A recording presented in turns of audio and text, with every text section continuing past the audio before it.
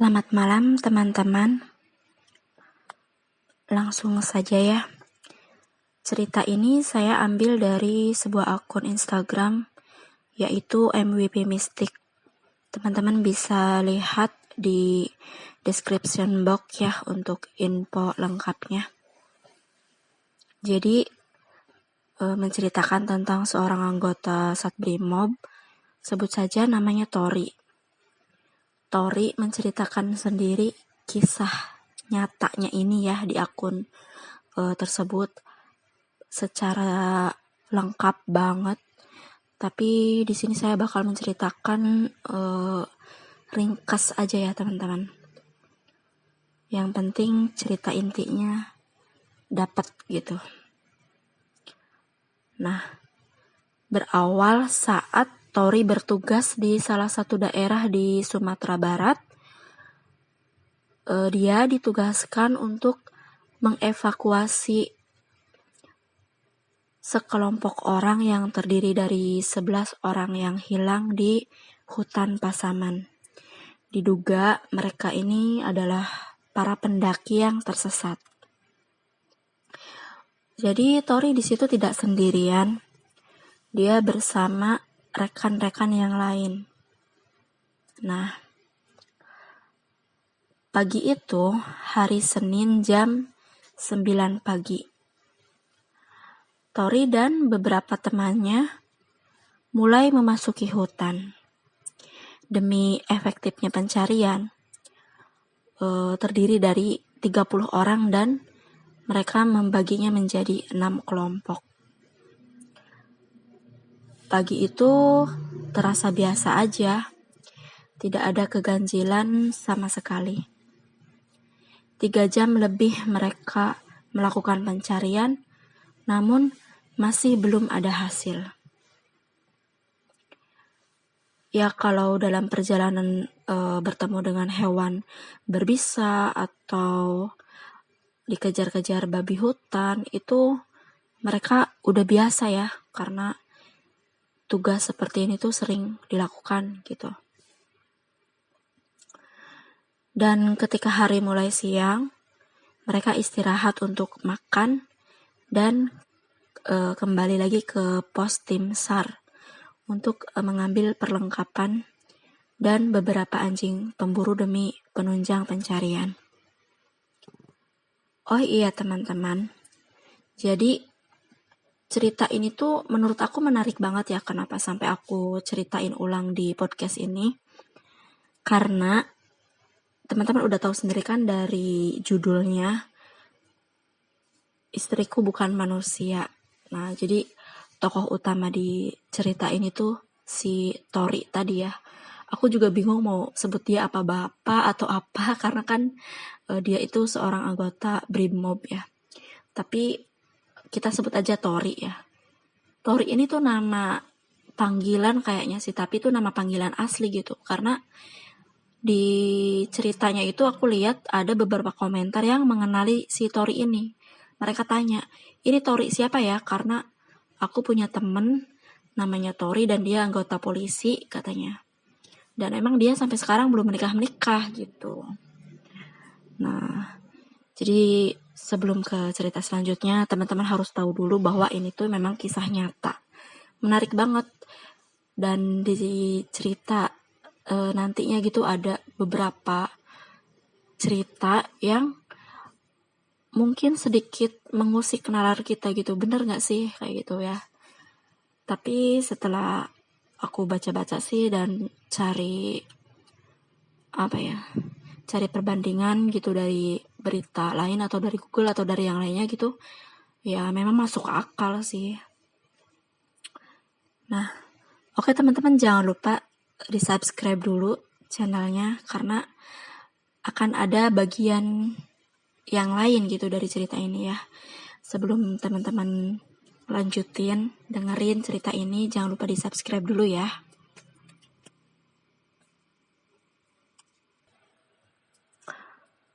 Siang itu Tori dan teman-temannya kembali ke pos tim SAR untuk mengambil perlengkapan.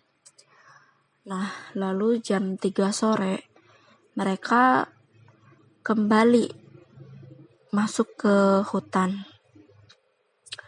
Dan kali ini mereka hanya 4 kelompok yang melakukan pencarian, total 20 orang ya. Yang 10 orang sebelumnya tuh istirahat, nggak ikut lagi mencari gitu.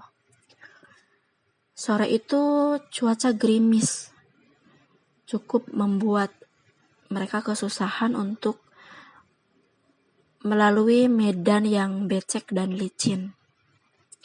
Dan hasilnya lagi-lagi nihil. Hari mulai gelap.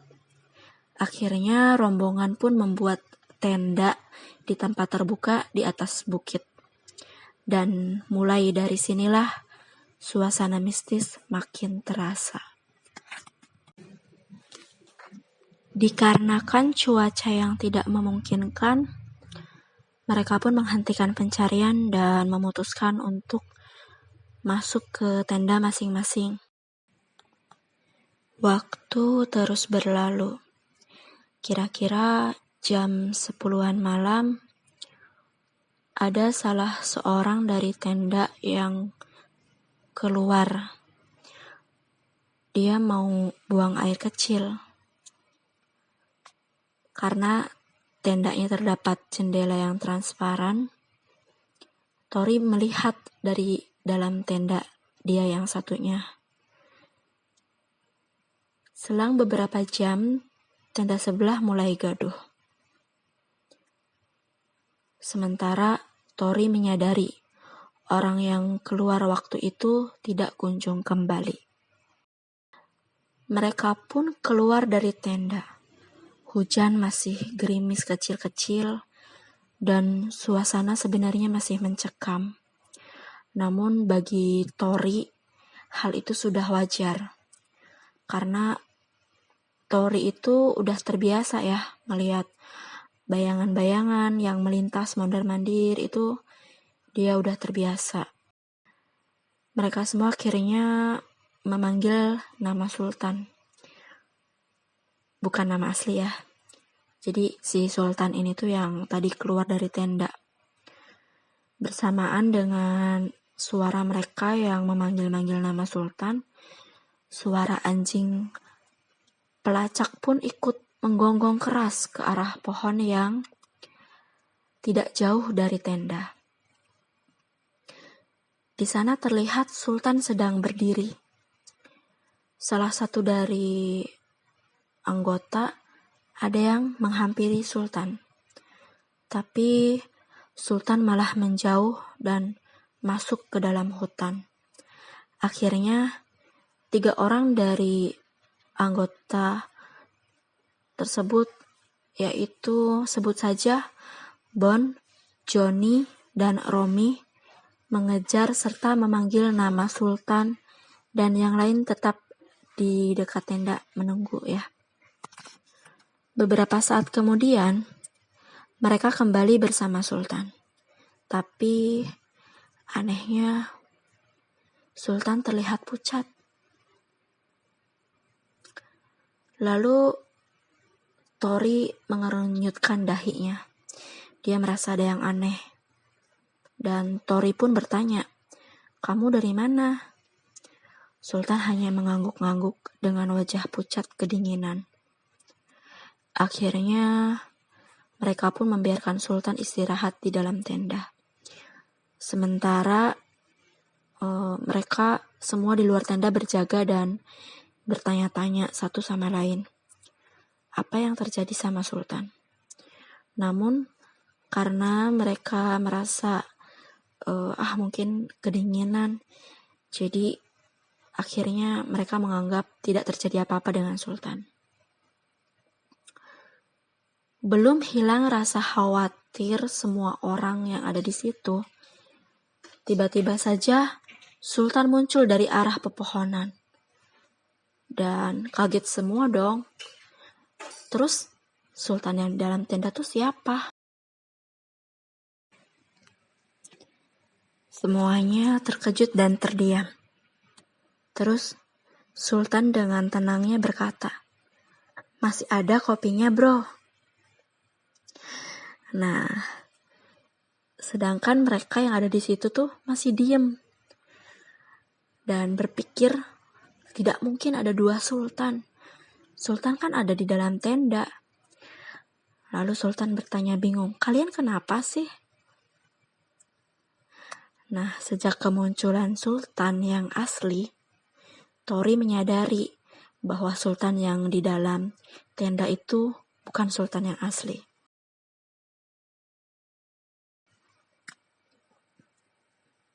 Lalu Tori terkejut melihat kemunculan sosok hitam tinggi besar yang berada di belakang sultan.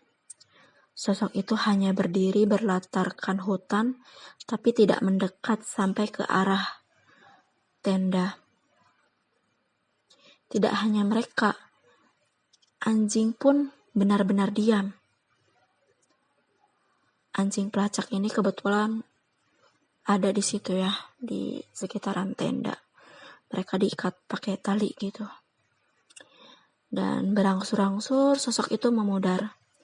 Setelah sosok hitam itu menjauh dan menghilang, barulah anjing-anjing ribut, tidak terkecuali anjing di dekat tenda.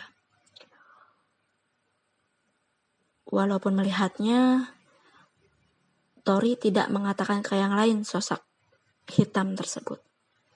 Nah, jadi Tori ini tuh dia emang bisa melihat makhluk halus ya. Dia ada garis keturunan gitu. Dia bisa dibilang dia indigo.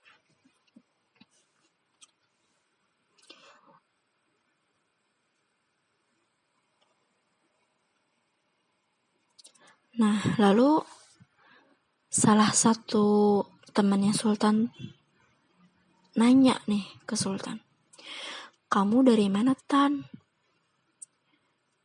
Sultan pun menjawab, kan tadi sudah bilang buang air kecil. Baru juga 5 menit keluar. Lindur kamu bro, kata Sultan. Nah, lalu semua orang semakin kaget dan merasa takut. Terutama pertanyaan besar di pikiran mereka kan. Terus yang sekarang istirahat di dalam tenda itu siapa? Bukannya sudah beberapa jam ketika Sultan keluar tenda. Jadi Sultan tuh sebenarnya udah perginya tuh berjam-jam. Tapi dia bilang katanya baru 5 menit. Dan ketika semuanya sudah menyadari bahwa yang di dalam tenda itu bukan Sultan, mereka memilih untuk tetap diam aja di luar tenda. Tapi beda dengan Tori. Tori memberanikan membuka penutup tenda, dan seketika keluar bau wangi yang menyengat. Dan Tori seorang diri berada di dalam tenda. Dan ternyata di situ ada sosok wanita berbaju putih membelakangi Tori sambil menyisir rambutnya yang panjang, hitam, dan lurus. Tori pun memberanikan diri menyapa dengan sopan. Maaf jika kami kurang sopan. Belum sempat selesai, Tori berkata, sosok tersebut pun menoleh pelan dan membuat Tori terkejut setengah mati. Ketika dia menoleh ke arah Tori, sosok itu berbalik badan dengan gaya yang lemah lembut bagaikan putri kerajaan. Posisi Tori tidak terlalu jauh dari sosok tersebut. Sesekali Tori pun memperhatikan pergerakannya, namun tidak berani menatap mukanya. Perlahan sosok itu mendekat. Semakin mendekat, wangi yang tadi menyengat berangsur menjadi wangi yang nyaman. Suasana dingin yang dirasakan Tori pun berubah menjadi hangat, seolah-olah ada seseorang yang memeluk dari arah depan, hangat dan tenang. Tori yang sedari tadi memalingkan wajah dan menunduk, perlahan memberanikan dirinya untuk menatap langsung wajah sosok tersebut. Tentunya Tori sambil memegang pistol 9mm di paha kirinya. Dan dia pikir dia siap sedia gitu. Seandainya nanti dia harus mendapatkan sosok yang seram. Baru saja Tori mengangkat kepalanya. Dengan suara yang lirih, sosok tersebut bicara dengan nada yang pelan dan lembut. "Nama saya Sinta." Dek, entah kenapa hanya dengan mendengar suara lirihnya, seketika Tori pun langsung tanpa pikir lagi menatap ke arahnya. Di saat mata mereka saling bertemu, seketika Tori yang tadinya kaku tidak sanggup melepaskan pandangan. Karena sosok yang mengaku bernama Sinta itu tersenyum sambil menatap mulutnya dengan tangan kanannya yang kecil dan jari-jarinya yang lentik. Lalu Sinta berkata, "Saya tahu apa yang kalian cari." Sinta berkata sambil tersenyum kecil, masih dengan suaranya yang lembut. Saat itu, bukannya takut, justru Tori terpesona dengan kecantikan Sinta. Ini pertama kalinya Tori bertemu makhluk halus dengan paras cantik bagai bidadari. Tori pun tertegun dan tidak ada sepatah kata pun yang dia ucapkan. Seolah-olah Sinta pun tahu maksud dari Tori. Sambil berdiri dengan kaki melayang, Sinta berkata, "Jika kalian ingin menemukan apa yang kalian cari, saya bisa tunjukin jalannya.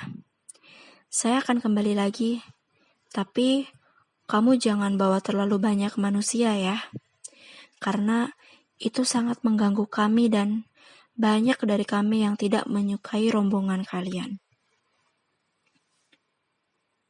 Tori pun berdiri dan di saat yang sama, Sinta terbang keluar tenda sambil berkata, "Jaga ucapan dan tingkah laku kalian. Bukan kami saja yang mendiami daerah sini," katanya sambil berlalu dan terbang. Sinta kemudian menghilang diiringi lolongan anjing. Setelah Sinta pergi, Tori pun keluar dari tenda dan mendapati teman-temannya masih di luar. Total orang di sana sekitar 20-an orang dengan anjing pemburu. Di sana Tori diam aja. Dia tidak menceritakan apapun tentang Sinta kepada yang lain. Namun mereka terlihat cukup kaku dan diam dikarenakan kemunculan dua sultan tadi. Waktu menunjukkan pukul 1 dini hari. Suasana di sekeliling tenda sangat sunyi. Suara gesekan daun yang tertiup angin mendominasi lingkungan tempat mereka berkemah. Tidak ada suara-suara hewan malam, terkecuali suara anjing pemburu yang sesekali terlihat gelisah, melolong, dan berontak seakan hendak melarikan diri. Sampai ketika Tori menyadari, di sekeliling mereka, para penunggu hutan ini menampakkan dirinya. Dan Tori pun berpikir, entahlah, apa hanya saya saja yang melihatnya? Atau semuanya merasakan sesuatu yang buruk akan terjadi? Ini dimulai dengan suasana mencekam yang tiba-tiba muncul dan disusul aroma anyir darah dan bau busuk yang entah datangnya dari mana. Tanpa komando, satu persatu kami bergegas masuk tenda. Kini semuanya berkumpul di dalam satu tenda untuk 20 orang. Sementara bau busuk dan bau anyir darah tercium masih sangat menusuk di hidung. Mereka saling menatap satu sama lain tanpa ada bicara apapun. Suasana hening. Kini, anjing-anjing yang mereka bawa pun hanya mengeluarkan suara kaing-kaing yang menunjukkan ketakutan. Lalu, tiba-tiba, angin kencang menerpa tenda. Tenda mereka tidak mampu menahan angin tersebut dan serasa mau terbang. Mereka semua mencoba menahan alas tenda agar tenda tidak terbawa angin. Tapi tidak hanya itu, tenda mereka pun berulang kali dilempar batu-batu kerikil dan pasir dari berbagai arah. Semua orang yang ada di dalam tenda tidak tahu apa yang terjadi di luar sana. Karena dirasa gangguan-gangguan dari penghuni hutan ini semakin mengkhawatirkan, Tori pun memberanikan diri untuk berkomunikasi. Mohon maafkan kami jika kami mengganggu. Kami tidak mencari masalah. Kami hanya ingin mencari beberapa orang warga yang hilang di sekitar sini. Awalnya suasana hening. Namun, dari satu arah terdengar suara geraman. Salah satu sosok pun menjawab dengan suara yang serak dan berat. Kehadiran kalian di sini sudah mengganggu kami. Dan salah satu dari kalian berani mengotori dan mengencingi anak kami. Jika bukan karena putri hutan yang menjaga manusia tadi, sudah kami bawa dia ke alam kami sebagai budak, ujar suara itu. Tori pun langsung menyadari, mungkin yang dimaksud oleh sosok itu tuh Sultan yang tadi sore keluar dari tenda dan mau buang air kecil. Dan akhirnya setelah itu Tori memberanikan diri keluar dari tenda. Ketika dia melangkah keluar, dia disambut oleh makhluk-makhluk yang sudah mengitari tenda. Jumlahnya banyak, rupanya berbeda-beda. Dan dari sosok tinggi hitam legam dengan taring yang besar dan mata yang merah menyala, ada juga yang wanita yang mukanya hancur, makhluk berkapan setinggi 2 meter, dan banyak lagi makhluk-makhluk yang tidak pernah dilihat Tori sebelumnya. Ada yang terbang, ada yang bergelayutan, bahkan meliuk-liuk seakan menari. Tori merasa dikepung. Seluruh kepala makhluk itu tertuju ke arah dia. Keberaniannya mendadak hilang. Dia ketakutan. Dan badannya pun tidak bisa bergerak. Dengan lirih Tori berkata, "Sekali lagi, mohon maafkan kelancangan kami. Kami hanya manusia yang tidak tahu apa-apa." Belum selesai Tori bicara, sosok makhluk berkepala mirip sapi itu mendorong keras Tori ke belakang hingga Tori terguling. Namun, sosok hitam yang sebelumnya bicara segera menghalangi. Sosok hitam pun berbicara. "Kami berikan kesempatan untuk kalian. Segera tinggalkan tempat kami. Dan untuk kamu yang berjanji bertemu putri hutan, saya tidak akan ikut campur." Sosok hitam itu berbicara dan pergi, diikuti oleh makhluk yang lain. Mereka pun menghilang bagai bayang-bayang yang menipis, lalu transparan dan benar-benar hilang. Tori pun berpikir, kenapa makhluk-makhluk itu tidak merobohkan saja tenda kami? Kenapa serangan mereka tidak sampai fisik? Atau apa mungkin karena Sinta? Banyak pertanyaan yang muncul di kepala Tori. Siapa yang membuat mereka geram? Tentu Sultan, pikir Tori. Semalaman suntuk, semuanya tidak bisa tidur hingga waktu subuh. Dan ketika matahari mulai terbit, mereka pun membereskan semuanya untuk kembali. Sesampainya di pos tim SAR, mereka istirahat hingga siang dan Tori kembali untuk memasuki hutan. Kali ini dia hanya bertiga sesuai permintaan Sinta. Sebut saja yang ikut dengan Tori saat itu ada Bon, Dayat, dan Tori. Hanya 3 orang. Kini tujuan Tori memasuki hutan menjadi 2. Pertama, memaksimalkan pencarian dan harapan bertemu kembali dengan Sinta. Oke teman-teman, mungkin bagian pertama cukup sampai di sini dulu ya. Kalian penasaran gak sih ketika Tori memasuki hutan kembali, apakah Tori bertemu kembali dengan Sinta? Dan lalu apa yang terjadi? Terus cerita selanjutnya tuh gimana? Lebih menarik atau enggak? Aku pastiin sih ya, besok malam aku update lagi untuk bagian keduanya. Itu memasuki cerita inti ya. Jadi di sini mulai kita bahas kisah percintaan antara Tori dan Sinta. Gimana? Penasaran nggak sih? Jangan lupa di subscribe dan diklik tombol loncengnya. Nanti besok malam aku update untuk bagian yang kedua ya teman-teman. Oke, terima kasih.